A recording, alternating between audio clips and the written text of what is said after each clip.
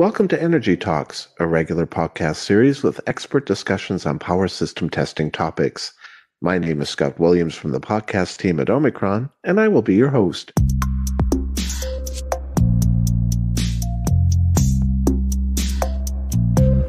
In this episode, we are going to talk about cybersecurity at substations in the power grid.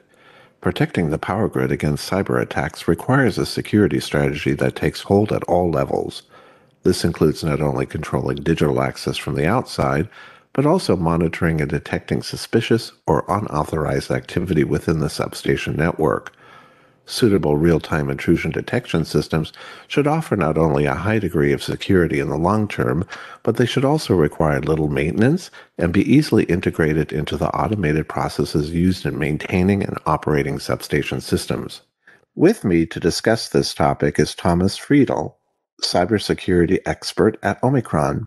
Hello, Thomas. Welcome, and thank you for joining me for this episode of Energy Talks. Hello, Scott. Thank you for inviting me to this talk. So I'm happy to talk about cybersecurity with you. Super. Well, thanks again. Thomas, what is cybersecurity and why is it so critical at substations? Well, cybersecurity is a widely used term at those days, but in general, it's protecting any kind of electronical device or intelligent devices, computers against threats coming from the network to the devices, coming from whatever USB stick to harm devices, to get them out of function and so on. And it's now this is now arriving also at the substation. In older days, so the substations were closed and there were no connection to the internet mainly, but it's changed now heavily, and that's why we have also the components in the substations are intelligent devices connected to the network, by that reachable from the outside, not only for the good ones but also for the bad guys, and that's why that is also now a hot topic, cybersecurity and implement solutions to protect the substations, the assets of the substation. What are the types of intrusions that should be protected against at substations?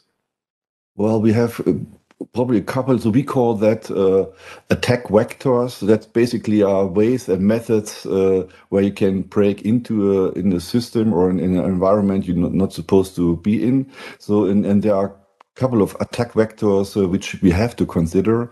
So one is the remote connection. So let's say we have control center somewhere and they are doing control work on the substation, and that is a way also a potential attacker can use to get into the system.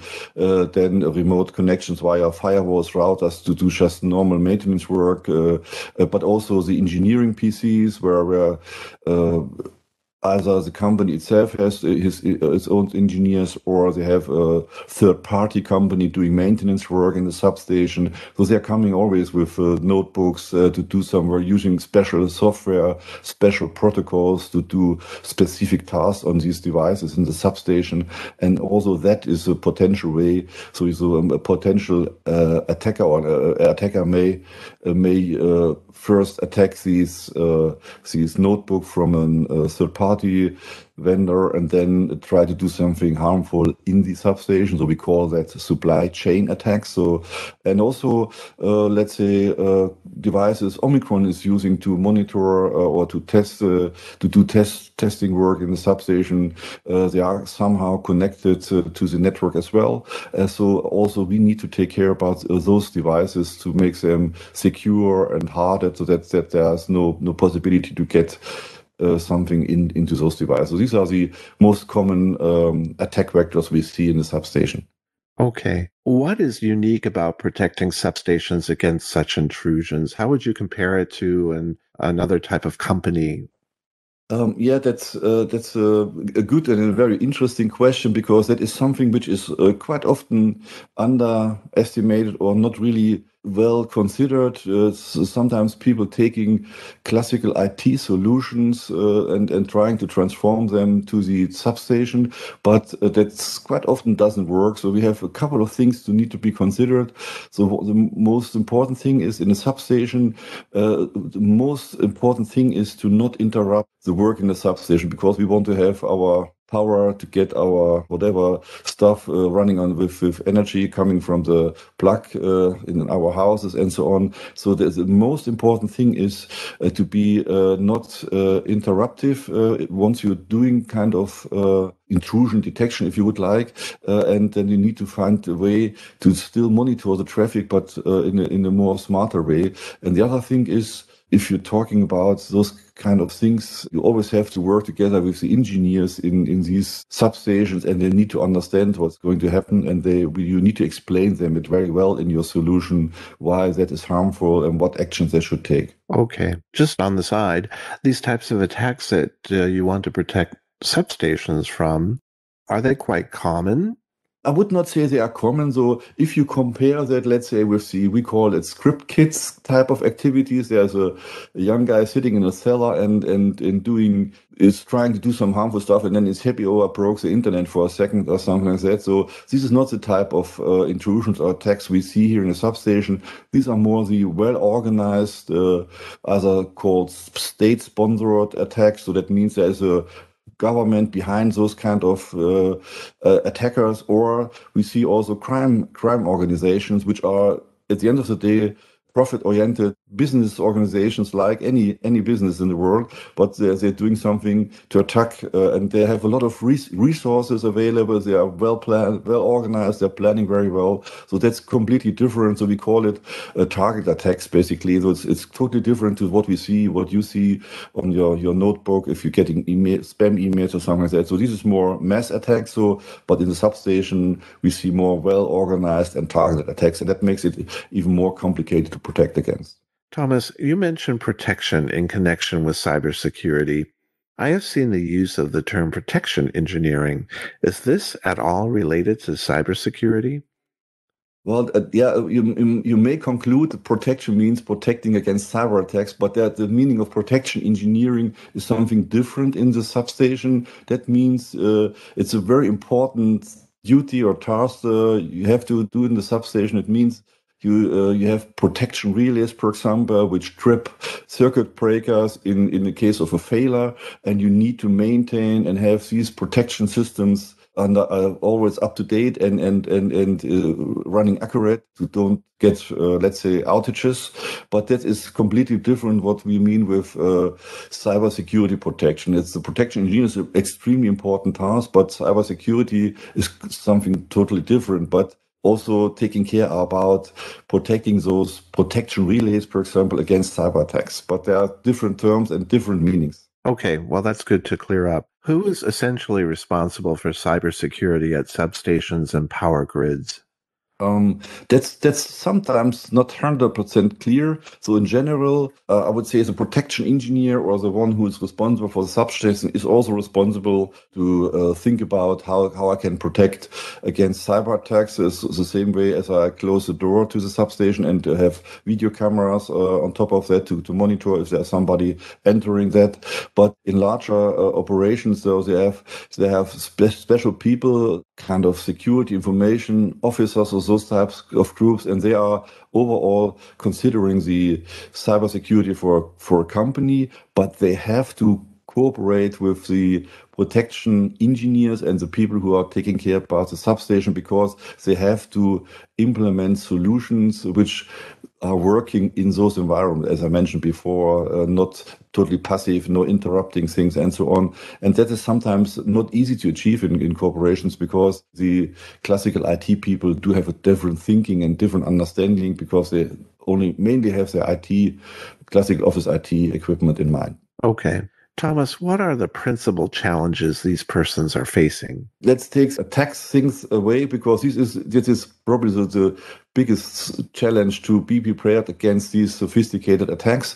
But in terms of operating those kind of solutions, there's really still to see there is a gap between office IT and we call it OT, operational IT, if you would like. Mm-hmm. And it's like two different languages sometimes. And that is probably the biggest challenge the companies have, that these two entities have to work together, and in consequence you have to implement systems which really capable to solve that problem and also to support the cooperations between IT, like cybersecurity forensic experts and OT people. And that's really the biggest challenge, I think, at the moment for companies. Okay.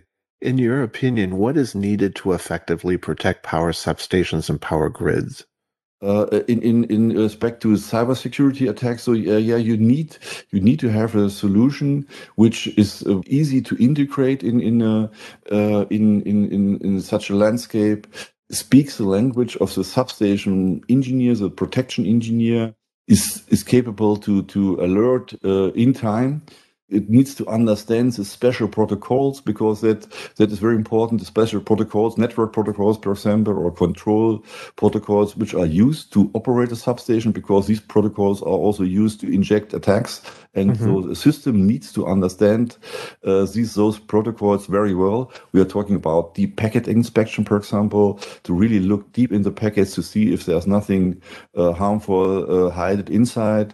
And these systems also should be able to monitor and alert independently of any connections to any control center. So they should capable to work in a substation in a robust environment, but also deliver connectivity to let's say global log management systems corporates are using. So this is, I think, is very important, and they need to be accurate, and they have to be as less false. We call it false positives alerting, but having not really an attack, because that annoys people and causes frictions because you have to check alerts, and if they are not real alerts, then you don't want to check things. Yeah.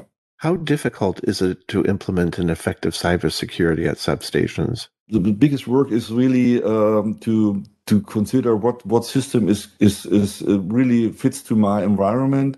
Is it easy to implement into the network, because all these systems needs to monitor the network traffic. So you need to take care that you're getting the network traffic. So we are typically using a mirror port from switches or so, and then it should be not to be too complicated to set it up. And what we have seen in the past with some solutions available, so you have to do a very long learning phase, to learn really what is the traffic in the network, and then you're not catching maintenance work, because it's different type of work, and that makes it all complicated. So you should have a solution which can deal with that, and can also understand how is the setup of a substation, so that you can give this knowledge to the device, so that it easily can detect what is normal traffic in the substation and what should not be there.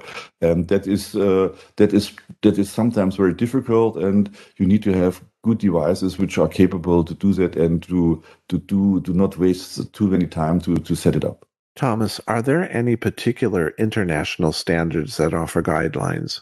There are some international standards which are, let's say, more generic, and then it's translated to industries, for example. So we do have then it's in countries adopted to let's say guidelines which are somehow taking the essence from these international standards, translating it to the language of this industry, in our case to the energy, and then saying, so this is for us important, do this, do this, do this, and we recommend this and this and this. And then also we have some countries which now also even starting to translate those recommendations or standards into law. For example, in Germany, that's the country where I am living. So we last recently there was a law issued to make it mandatory to so-called critical infrastructure companies to implement intrusion detection systems for their network. So that is also an aspect of these kind of, let's say, standards or recommendations. Okay. Thomas, how and when did Omicron become involved with cybersecurity? Omicron, as you may know, is already 35 years or longer than that in operation, and was focusing always on the energy sector, doing testing and or developing testing devices which you need for to operate your substation, for example.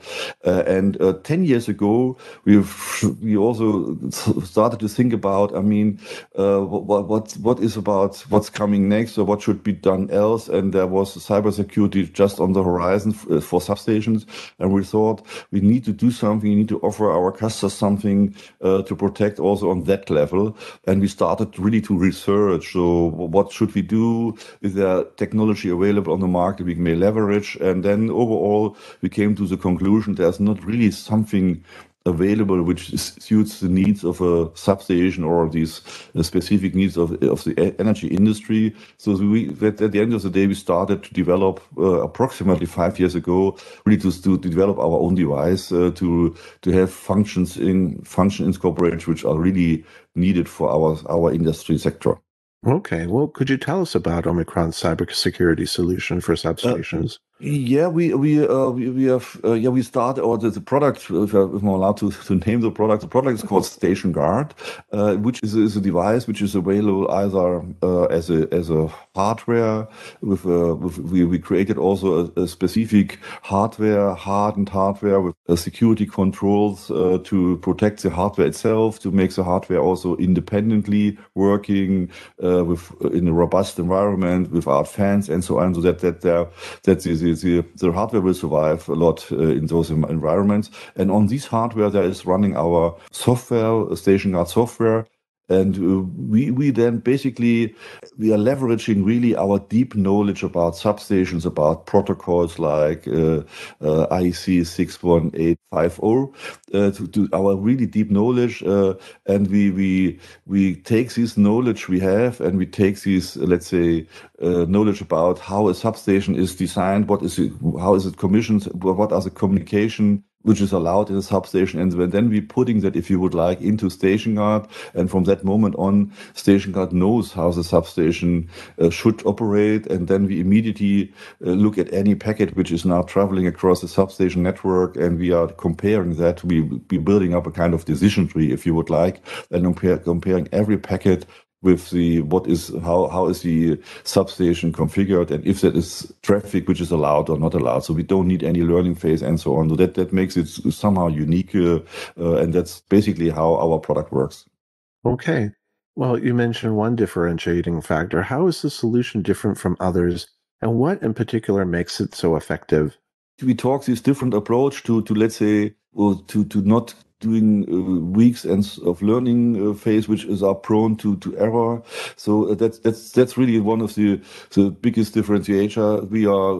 They have deep packet inspection for these specific protocols in this industry and leveraging this knowledge, but also the, let's say, supporting of we call it maintenance mode. So you have to imagine if other systems did learn how a substation should operate. It takes sometimes 2 to 4 weeks or so, but then a maintenance task is coming along, and these other devices are completely lost because for them it's alert. So there's something happening. I don't know. I didn't learn. And we have also incorporated a kind of maintenance mode in our solution, so that makes it much easier for people who operate our solution to, for example, say, I'm now in a maintenance phase, and there are specific protocols used by engineering PCs, which typically are not allowed in a normal operating phase, but we allow that in the maintenance situation, and still log these activities and so on. So that's a lot of work had been done by developing that product to make it really useful for substations and energy systems. So I think that's makes us very unique. Thank you. Thomas, what do you see as future trends in cybersecurity in the power industry? I would say, though, now you have these. We went the first step, and we are happy that now the industry changed to consider this as a risk or a potential attack vector which is worthwhile to protect. So that's already a good achievement that we see now. More and more energy companies really consider this to do something. But then you have devices which are producing messages, alerts, and I think the next step would be that you have to connect those devices as ours to let's say, overall log, or we call it SIEM solutions, security information event management solutions, where you can have also alerts collected from any other device, and then make an even smarter decision about what's going on, and what to combine that with other informations you have. So that's probably something which is happening as well, more and more in the power industry, to establish so-called SOCs. It's called Security Operating Center, and there's also still a discussion if I should have, let's say, my own SOC for my OT environment, and to have a separate SOC, Security Operating Center, for the classical office IT world. So they started already with having SOCs, and there's still a discussion if that should be combined, or are these worlds still too different, that I do need different people to operate those security solutions. I think that is still something which is going to happen, and maybe then we will see a tendency also to use more threat intelligence, which is available to even avoid attacks, or being even more smart to detect things in a substation or in an energy network. Okay. So you mentioned this becoming a more important issue every day in the power industry, and also this trend and awareness of cybersecurity being a very important and critical issue. What would you recommend to substations to best meet these coming trends? What should they be doing now to prepare in the best way for the future? I think they should look into solutions which really suits how they operate, and not just immediately take over something which is available from the office IT world, which are good devices, but they are not made for the OT world. So they should really also look into how can I really operate it? How many resources do I have to, let's say, run these systems? So do I have the resources to run a complicated systems, or do I need systems which are easier to operate, speaking my language, and help me very quick and in decide and what to do, to give out to help me in define a workflow, what to do if some activities are detected, and as they also, and that's still the case, they should be able to operate independent in a robust environment we have in a substation. Thomas, where can our listeners learn more about what Omicron is doing in the field of cybersecurity? We are regularly doing web casts, or if it's then allowed in the future to do also, we're doing also on real events where we're also presenting our cybersecurity solutions. So we're doing that across the globe in all our let's say sales regions. We're doing that on a regular basis. At the moment, you can really get also access to listen to webinars we are presenting. Also, we are recording those type of webinars.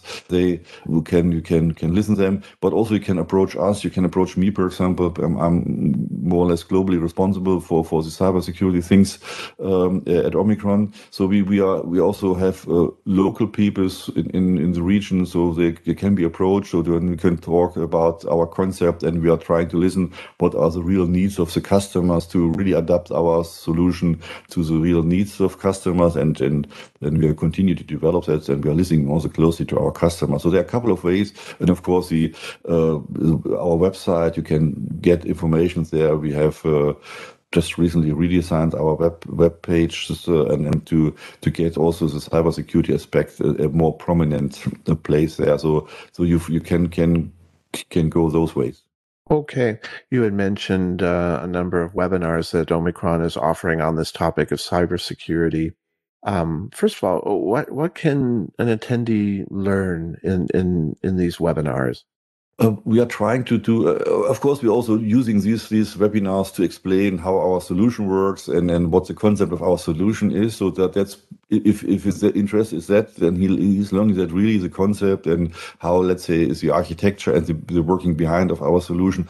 But we're also doing webinars, not just solely presenting our solution. We also we are mainly inviting also speakers from the industry. Well, recently we had a webinar. There was was the chief information security officer from one of the largest DSOs in Europe was speaking, and he was really sharing his experience and what kind of steps they did to improve their cybersecurity, and that was extremely useful for the audience. And that was not in speech from a Omicron person. It was really let's say an industry expert, and so we are trying to do those kind of things also in our webinars. Also, if laws coming along which needs to be considered, so we are trying to source experts which can explain to the customer what impact might that law have to future strategy. So we are trying to be as informative as possible in those type of webinars.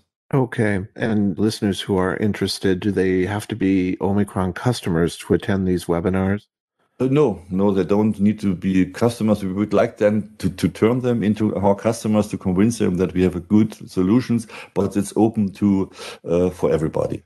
Okay, now that's great to know. Mm. And I think right now it's very important to make sure everybody is aware of the issues and how to go about implementing cybersecurity in substations. That's correct. Yeah, I think that's one of the main tasks of those type of webinars, also to make people, companies aware what's going on, and that they have to think about what they do against this and how will that fit into their overall, let's say, IT, OT strategy. So that's very important. Yeah.